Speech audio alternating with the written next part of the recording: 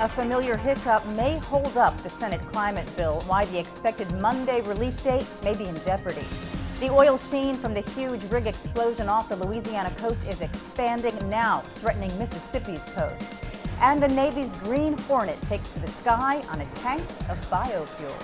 From the Energy News Center in Washington, D.C., this is the Energy Report with Susan McGinnis. Good afternoon, I'm Susan McGinnis. Thanks for joining us for the Energy Report. Well, John Kerry and company could be in for a very long weekend. He and co-authors Lindsey Graham and Joe Lieberman plan to unveil their long-awaited climate bill on Monday. But now sources involved in the discussions tell Clean Skies News the bill may not be ready by then. At issue, a gasoline tax, a key revenue source. But that proposed tax has been deleted from the climate draft legislation a number of times, only to be returned each time. And at this point, the senators we talked to are either unsure quite what to expect from the legislation or they're opposed no matter what's included.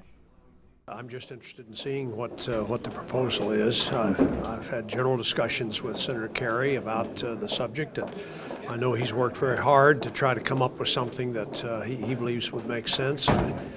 It's very hard to judge anything until we have a bill. When you have almost 10% unemployment, I don't think we want to do anything that's going to hurt the economy even more, and I think this bill will do that. Even given your state's energy profile and the topic of today's hearing with carbon capture, that's not enough of an incentive to get you on board necessarily? As long as there's an energy tax in this, I'm not going to be for it. Well, the White House has been focused on drumming up public support for the climate bill from the business sector. And despite the recent doubts about meeting that Monday deadline, several members of the U.S. Climate Action Partnership are planning press events on Monday in support of the legislation. Cleanup crews are racing to contain an oil spill now headed toward the Mississippi coast. Officials are not quite sure how much oil spilled into the sea after an explosion rocked a BP oil rig off the coast of Louisiana late Tuesday. The rig sank yesterday morning after burning for 2 solid days. 11 workers are still missing. Rough seas and a storm threatened to send an oil slick toward ecologically sensitive areas along the Gulf. Basically, we're watching surface and subsurface. We have a remotely operated vehicle operating 24 hours as well as sonar. At this time, there is no crude emanating from that wellhead. So there's about a 1.1 mile by about a 12-mile rainbow sheen with pockets of what's emulsified crude in the center. That's 42 miles offshore. We've already applied some dispersants and we've commenced skimming of that. That is residual from the explosion and the sinking yesterday. Meantime, Senator Bill Nelson has asked the Interior Department to investigate and provide a comprehensive report on all U.S. drilling accidents over at least the last decade. Meanwhile, energy circles are speculating on the impact of this event on the debate over expanding offshore drilling and of the future of the new technology being deployed in the Gulf, ultra-deep water drilling. Analyst Flynn of PFG Best Research says he remains optimistic this type of drilling will be a key part of the energy picture going forward. I think we're in our infancy. I mean, it's amazing. If you think about that, we can drill, 6, 7 miles down to the bottom of the ocean and find the oil. It almost erases the fears about peak oil.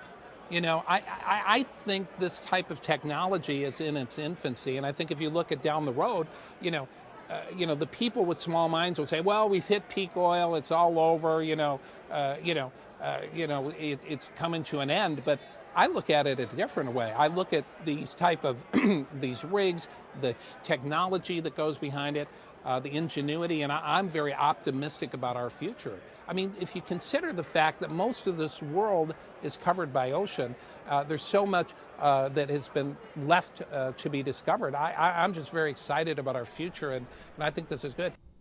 Well, Flynn likens ultra-deep water drilling to the horizontal drilling and hydraulic fracturing used to extract natural gas from shale, but says this is at the very early stages. Investigators say it could be a month before they can get inside a West Virginia coal mine to figure out what caused an explosion that killed 29 workers. Tests have found high levels of 2 gases not typically present in underground air, ethylene and acetylene. A spokesman for MSHA says the source is unclear, but it could mean a fire is burning somewhere in the mine. State and federal investigators are meeting today to work on a plan to defuse those gases. Could be another month before the team can enter this Massey Energy mine.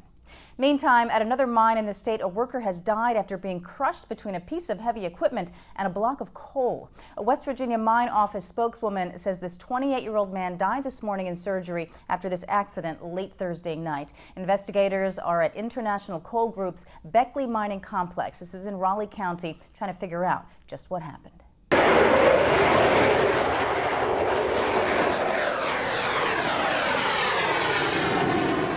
Well, you are seeing and hearing an F-18 Super Hornet taking off, but what sets this supersonic fighter apart from the rest is its fuel. Nicknamed the Green Hornet, the Navy jet made its first test flight over the Patuxent Naval Air Station using biofuel. The 45-minute flight marked the first time a Navy fighter has taken to the skies using a non-petroleum source. It was a 50-50 mix of jet fuel and a fuel made from the crushed seeds of the camelina plant. The Green Hornet is part of the Secretary of the Navy, Ray Mabus's plan to have half the Navy's energy use come from alternative sources by 2020. Although a success here, Secretary Mabus says there are still several hurdles before all the Navy's F-18s turn green, and that includes the cost. The camelina jet fuel costs more than $40 a gallon compared to $1.70 for petroleum-based jet fuel. But the Navy Secretary says with the Navy's considerable buying power, he expects the price to come down once there are more biojet fuel refineries up and running. The two obstacles that you always face when you move from one technology to another is the cost and lack of infrastructure. But if you flip a line from Field of Dreams, if the Navy comes, they will build it. Well, in case you're wondering, the camelina plant is in the mustard family, and it can be grown in all 50 states. Worried your family just may not fit into those small electric vehicles coming out quite the way they do in your old SUV? Well, meet the Volt MPV5, GM's concept crossover SUV, unveiled today at the Beijing Auto Show. Built on a Volt platform, the MPV5 can drive up to 32 miles in city traffic on a fully charged battery. A small gasoline engine generates electricity for longer drives. It also has solar panels on the roof to power the heater and AC. The Volt goes on sale in the U.S. by the end of this year. No word yet on when the SUV version will hit showrooms. Let's take a look now at some goings-on around the Beltway on Monday. 8 a.m., the National Hydropower Association starts a 3-day conference at the Capitol Hilton Hotel. Clean Skies will be there. 2 p.m., the Working Group for Investment in Reliable and Economic Electric Systems and EESI have a program in Rayburn. This is on transmission and integrating variable resources into the grid.